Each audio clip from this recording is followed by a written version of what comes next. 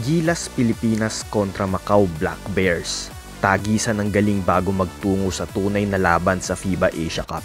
Pahinga muna ang mga manlarong tulad ni Junmar Fajardo at Calvin Oftanap, pati na rin si Kai Sotto. Gayunpaman, batid mong nandoon pa rin ang suporta ng home crowd dahil nais din nating ipadama ang warm hospitality na ang mga Pinoy ay kilala. Mainit na pagtanggap para sa mga dayo. Here comes our Gilas! With the slam! Brownlee again. JB is on fire! Brownlee staying. And Newsome as they stay in the game, and Brownlee. Did someone call for some saving? Ang mga dayo, mainit ang naging simula. Para bang inihaw ng Macau ang Gilas noong first half, dala rin ng kanilang matinding scoring na kung saan nakapagtala nga ang bisita ng kalamangang 21. Bakas din talaga sa mukha ng mga manonood ang pangamba kahit pa send off at wala namang bearing ang laro. Anong masasabi ninyo sa ipinakita ng Gilas noong unang 2 quarters? Pwede ba nating sabihin na ganyan talaga ang mga bida? Nagpapabugbog muna sa umpisa? Dahil itong sina Justin Brownlee, AJ Edu, Kevin Kiambao at Dwight Ramos nanguna na sa pag-atake ng Gilas Pilipinas. Si JB umiskor ng kanyang numero sa likod ng jersey na 32, habang itong si AJ Edu dinumina ang rebounds at galit na galit din sa ring tuwing siya ay sumasalpak.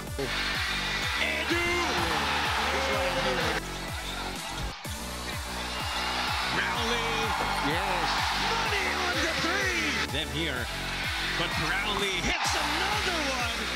Sa tingin ninyo, magiging malaking bahagi na ba si KQ ng Gilas? Mahalaga ang kanyang magiging ambag ngayon, lalo na't alam naman nating marami rin siyang natutunan noong nagtungo siya sa Estados Unidos. Si Dwight, nananatiling magandang ipinapakita sa sistema nitong si Coach Tim Cone.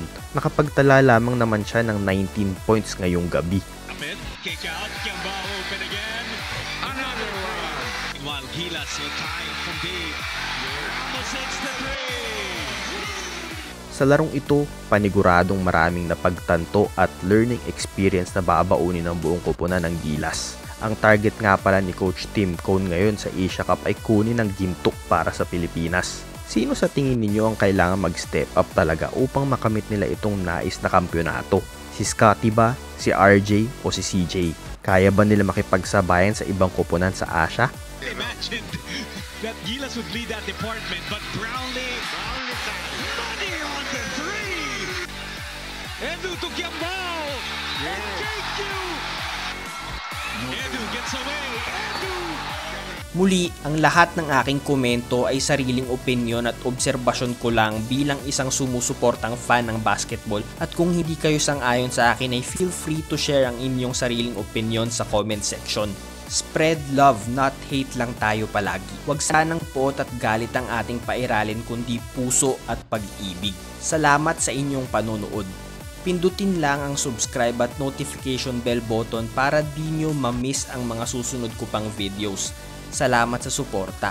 Hanggang sa muli.